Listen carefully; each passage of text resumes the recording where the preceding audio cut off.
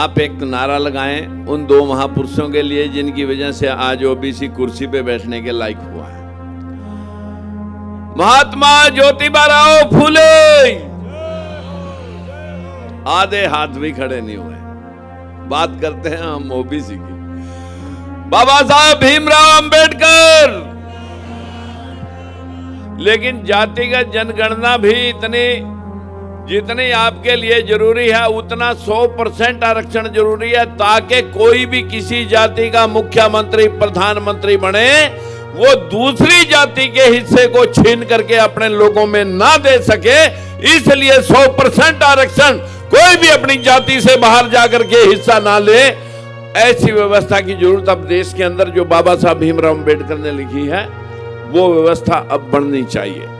धर्म को राजनीति के साथ जोड़ करके जिस प्रकार से धंधा चलाया गया, आज हम ओबीसी वाले उसी बात के शिकार हैं। मैं आप सभी से इस बात के लिए कहने के लिए मजबूर हूं कि हमारे देश में बहुत ज्यादा धंधा स्वर्ग और नरक के नाम पे चला कि स्वर्ग जो भी कमाओ, दान पुण्य करो, पूजा पाठ करो, तीर्थ व्रत करो और सारा दान पुण्य में लगाओ, हमें दे दो तो आप स्वर्ग में जाओगे, और अगर अपना कमाया हुआ खुद खा लिया तो फिर नरक में जाओगे क्योंकि आपने दान पुण्य नहीं किया।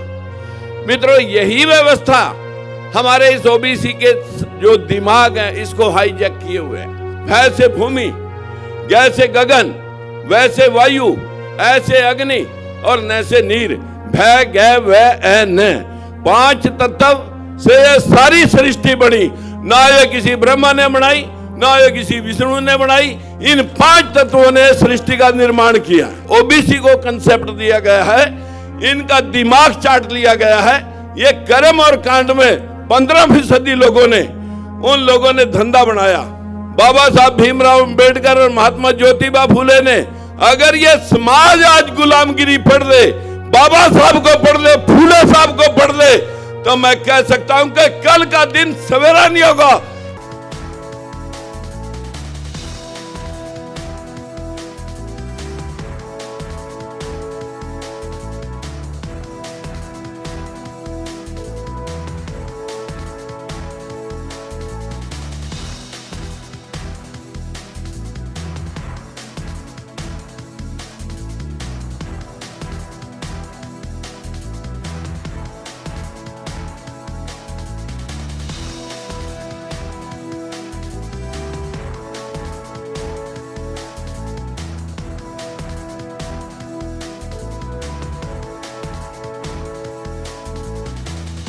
आप एक नारा लगाएं उन दो महापुरुषों के लिए जिनकी वजह से आज ओबीसी कुर्सी पे बैठने के लायक हुआ है। महात्मा ज्योतिबा राव फूले आधे हाथ भी खड़े नहीं हुए। बात करते हैं हम ओबीसी की। बाबा साहब भीमराव अंबेडकर।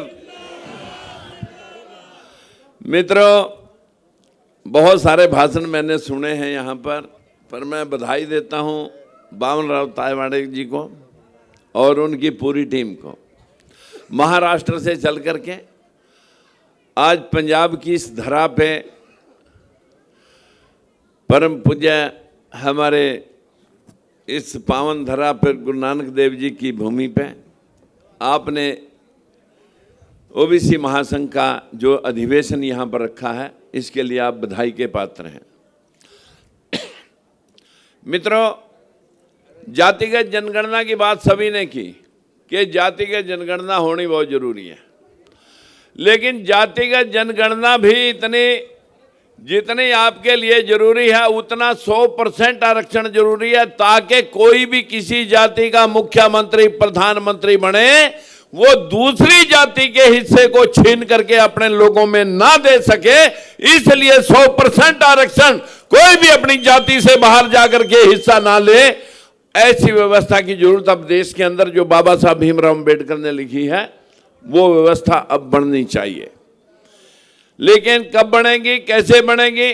जब तक ओबीसी समाज कर्म कांड और अंधविश्वास में लिप्त है, धर्म कर्म में लिप्त है, तब तक इन लोगों को जगाना बहुत मुश्किल है। मित्रों, अभी भी जो भाई यहाँ पर बैठे हैं, मैं सोचता हूँ कि अगर 10-5 आदमी भी इस बात को समझ लें कि जिस प्रकार का इस देश में आचरण हुआ, धर्म को राजनीति के साथ जोड़ करके जिस प्रकार से धंधा चलाया गया, आज हम ओबीसी वाले उसी बात के शिकार हैं।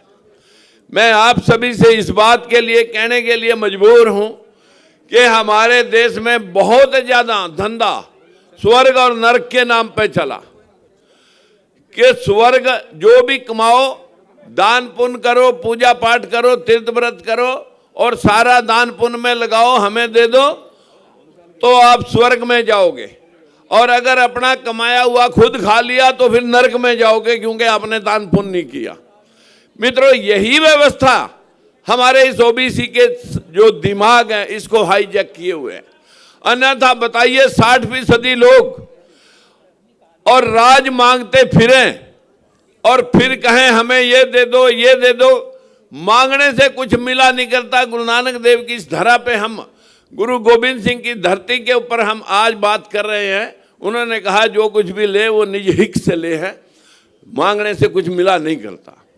मेरी आप सभी से विनती है, एक दिन 15-25-30 आदमी 5 टीवी चैनल लेकर के मेरे पास कुरुक्षेत्र आए, और कुछ कुरुक्षेत्र की धरती आपको पता है कि महाभारत की धरती जानी जाती है। मैंने वो जो टेलीविजन चैनल वाले इंटरव्यू लेने के लिए आए थे, मैंने उनसे पूछा, जो मथुरा वृंदावन से आए, मैंने उनसे कहा कि तुम शास्त्रों की धरती से आए हो, बहुत ज्यादा ज्ञानी ध्यानी होंगे, पूरा देश धर्म कर्म की वजह से स्वर्ग और नरक के चक्कर में फंसा हुआ है। मैं स्वर्ग देखना चाहता हूं, अगर आपको ज्ञान है तो मुझे स्वर्ग दिखा के लाओ। बोले वो तो मरने के पश्चात मिलेगा। मैंने कहा जब मरी गया फिर मिला या नहीं मिला मैं कैसे मान लूं? मेरे माता और पिता दोनों गुजर गए, उन लोगों ने कभी आगे बताया नहीं कि हम स्वर्ग में पहुंचे या नहीं, और मैं जाके देख नहीं सका। चलिए मैं कहा और कुछ नहीं बता सकते, ये जीवन भी एक जीवन है, अभी बता दें कि मैं स्वर्ग में हूं या नरक में हूं। बोला जी वो तो अब का नहीं, हम तो अगला ही बता सकते हैं। मैंने कहा फिर मैं बता देता हूं, अगर आप सुनना चाहो तो मैं कोई 5 मिनट ले लूं आपके, सिर्फ 5 मिनट। मैंने वो जो टीवी चैनल वाले और मथुरा वृंदावन से बड़े शास्त्री लोग उठ करके आए थे, मैंने उनसे कहा कि स्वर्ग के बारे में तुम बता रहे हो कि मरने के बाद मिलेगा, मरने के बाद जितने हमारे बुजुर्ग गुजर गए उन्होंने बताया नहीं कि हम स्वर्ग में गए या नहीं, हम जाके देख नहीं सक रहे। चलिए अगला नहीं तो यही जीवन बता दीजिए, ये भी एक जीवन है कि स्वर्ग में है या नरक में। बोला जी ये तो बाद में ही पता लगे। मैंने कहा क्यों, अभी क्यों नहीं पता लगे? मैं बताता हूं आपको। मैंने कहा मेरी उम्र 72 साल, 2 साल पहले की बात है। मैंने कहा भाई मेरी उम्र 70 साल है, 70 साल पहले मैं कहाँ था? अंडरस्टूड है कि मैं अपनी माँ के गर्भ में था। वहाँ कहाँ से आया? माँ बाप के मिलने से। माँ बाप मिले तो मैं गर्भ में आया, उससे पहले मैं अपने बाप के शुक्राणुओं में था। मेरे बाप के शुक्राणु किस चीज से बने? खून से। उससे पहले मैं खून में था। खून कहाँ से बना? रोटी से। उससे पहले मैं रोटी में था। रोटी कहाँ से आई? अनाज से। अनाज कहाँ से आया? किसी पेड़ पौधे से। उससे पहले मैं पेड़ पौधे में था। पेड़ पौधा कहाँ से आया?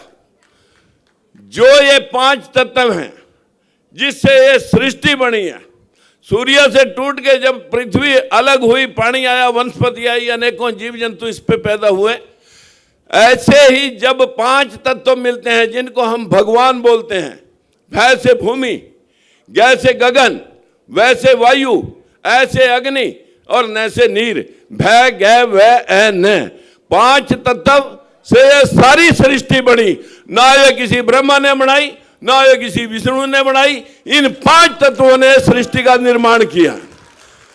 मैंने कहा मैं इन 5 तत्वों में था। मिट्टी, पानी, अग्नि, वायु इस ब्रह्मांड में था। 5 तत्व इकट्ठे हुए, बारिश के रूप में किसी पेड़ पौधे ने जन्म लिया।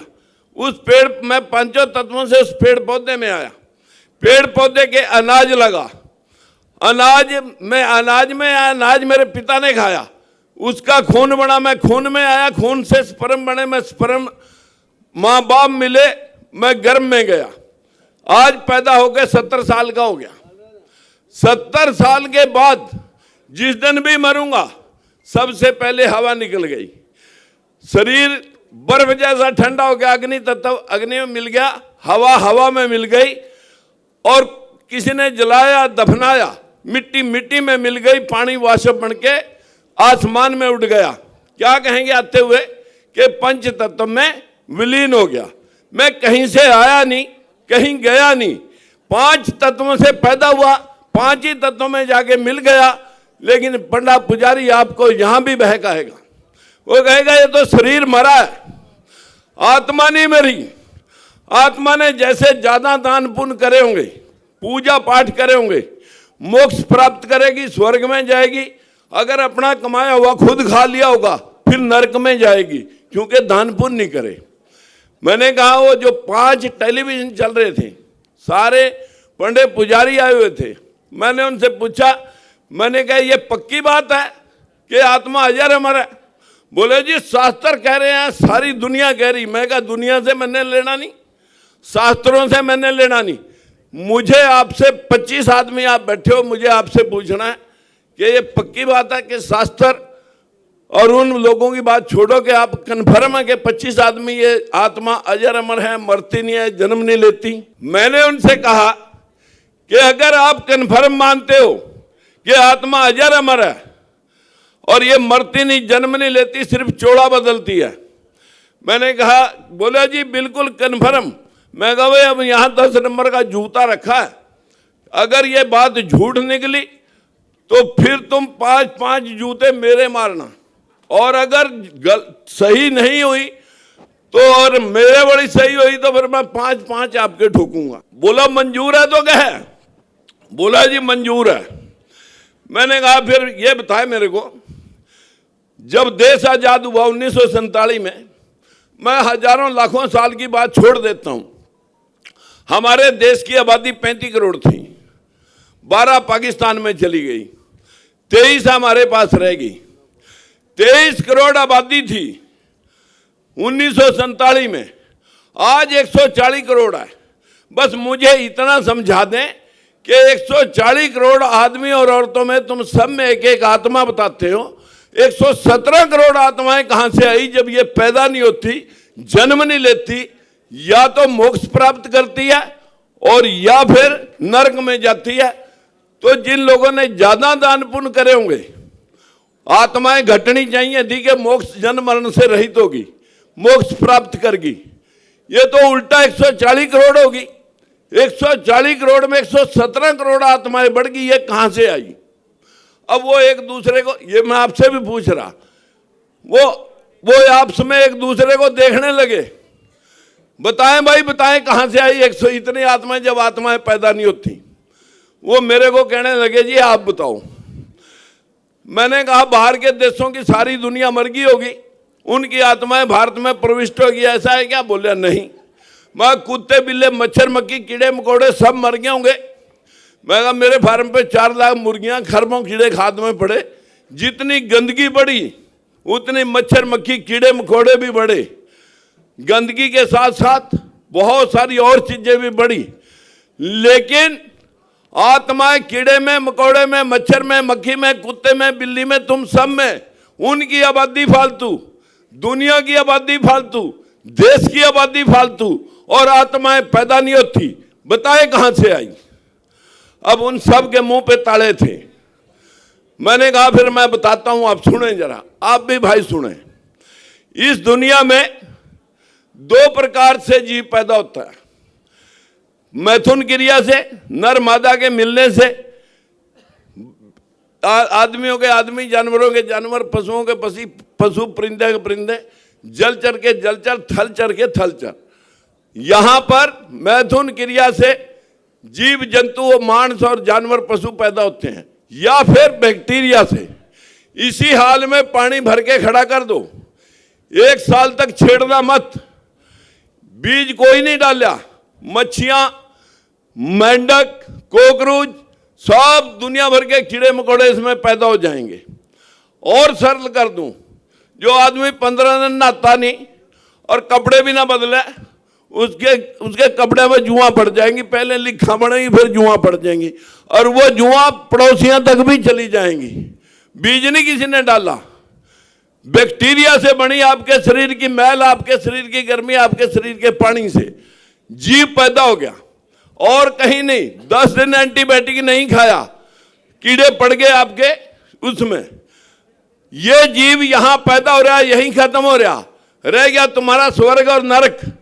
आपके घर में दाल रोटी का जुगाड़ ठीक है, बच्चे कहने में समाज में मान मर्यादा मुकदमे बीमारी से घर दूर है, तो आपका घर अगर नींद बड़ी आती है स्वर्ग है। दूसरी साइड अगर भाई भाई खून का दुश्मन हो रहा है 1 इंच और 1 पैसे पे, या घर में किसी का पैरालाइज हो गया, पड़े हुए का सब एसी भी चल रहे, घर में सब कुछ है, लेकिन एक व्यक्ति के कीड़े पड़ गए, इसी तरह पे एक्सीडेंट होया, डॉक्टर ने पुट्ठा टांग दिया, आपके लूज मोशन होया, निमोनिया पड़ा, मरते मरते बचा, 10 दिन में बीमार रहा, 10 दिन में ठीक हो गया, 10 दिन का नरक आ गया।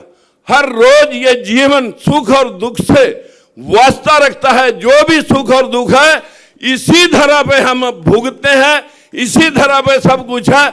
लेकिन आपको जो इस ओबीसी को कंसेप्ट दिया गया है, इनका दिमाग चाट लिया गया है। ये कर्म और कांड में 15% लोगों ने, उन लोगों ने धंधा बनाया। ठाकुर साहब राज में कमाएंगे,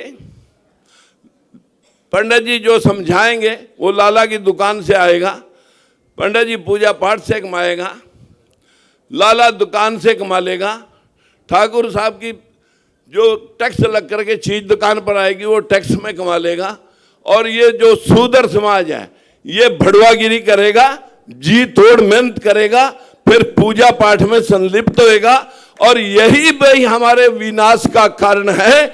आप जितने मर्जी भाषण दो, जब तक ये लोग कर्मकांडी हैं, जब तक ये लोग मानसिक रोगी हैं, जब तक ये लोग अपने अक्स को नहीं पहचानेंगे, ये चंद्रगुप्त मौर्य की आवाज औलाद हैं, ये अशोक सम्राट की औलाद हैं, ये महात्मा गौतम बुद्ध की औलाद हैं, जिसको पूरा विश्व मानता है, जिसने कहा कोई भगवान नहीं, कोई आत्मा नहीं, आत्मा तो आदमी ही भगवान है। जितने भगवान हुए, गुरु नानक देव, गुरु गोविंद सिंह, गुरु तेग बहादुर इस धरती पर, कबीरदास, रविदास, या यूं कहें कि सोक्रेटिस, ईसा मसीह, या पैगंबर साहब, जितने भी भगवान हुए वो इंसान हुए, लेकिन काल्पनिक ग्रंथों शास्त्रों ने इस सारे पूरे बैकवर्ड समाज को हाईजैक करके इनका दिमाग, इनको उस रास्ते पे लगा रखा कि तुम सिर्फ कावड़ा ढोओ और मत्था पच्ची पत्थरों के आगे करो और फिर तुम्हें राज मिलेगा। ये जीवन तो तुम्हारा खराब हो गया, जो भी कमावा दान पुण्य में लगाओ, आगे स्वर्ग में मिल जाएगा। अगर ये जीवन यही ठीक नहीं कर सकते आप लोग, तो भूल जाओ ये ओबीसी समाज कभी राज की तरफ बढ़ेगा। इन्हीं में से जिन लोगों ने गुरु नानक देव जुलाह समाज से, कबीर साहब, रविदास जी, गुरु गोविंद सिंह जी इसी समाज में पैदा हुए, इन्हीं समाजों को ज्ञान दिया बाबा साहब भीमराव अंबेडकर और महात्मा ज्योतिबा फूले ने। अगर ये समाज आज गुलामगिरी पढ़ ले, बाबा साहब को पढ़ ले, फूले साहब को पढ़ ले, तो मैं कह सकता हूं कि कल का दिन सवेरा नहीं होगा। ये जो लोग हैं जो आप शेर बने बैठे हैं, एक बाबा के कुटिया में एक चूहिया थी, वो उससे खेलता था, वह चूहिया फुदक फुदक के बाबा के कपड़े में बैठ जाती थी। एक दिन वो कपड़ों से बाहर नहीं निकली, उसने देखा चूहिया क्यों डर रही है, देखा सामने बिल्ला खड़ा, उसने अपनी चूहिया का वो शक्ति से बिल्ला बना दिया, बाहर बलो बना दिया, वो बिल्ला भाग गया। 2 दिन बाद वो बिल्ला फिर बाबा के पीछे बैठ गया जाके, उसने देखा सामने कुत्ता खड़ा है, उसने देखा कुत्ते से डर रहा है, उसने कुत्ता बना दिया। फिर उसने बाबा साहब के बाद कुत्ता भी आएगा पीछे बैठ गया। 4 दिन बाद कि क्या हुआ, बाहर शेर घूम रहा है, उसने अपने उसको कुत्ते को शेर बना दिया, शेर भाग गया। लेकिन शेर को बाहर शिकार नहीं मिला। बाबा की तरफ आंखें काटने लगा कि आज इसे कहूंगा। बाबा ने चुटकी मारी और फिर उसकी चुईया बना दी। अरे ये बैकवर्ड समाज है, इनको चुईया बना सकता है अगर ये इनका दिमाग साफ हो जाए, लेकिन ये लोग उनको शेर बना रहे हैं, अपने आप चुईया बने बैठे हैं। मैं इस समाज से विनती करता हूं कि कर्मकांडों से बाहर निकल करके राज की तरफ चलने का प्रयास करें। यही हमारा धर्म है, यही हमारी नीति होनी चाहिए। इन्हीं शब्दों के साथ मैं बाबा साहब भीमराव अंबेडकर, महात्मा ज्योतिबा फूले की गुलामगिरी फड़ ले तो ये समाज अपने आप राज ले लेगा। नमस्कार।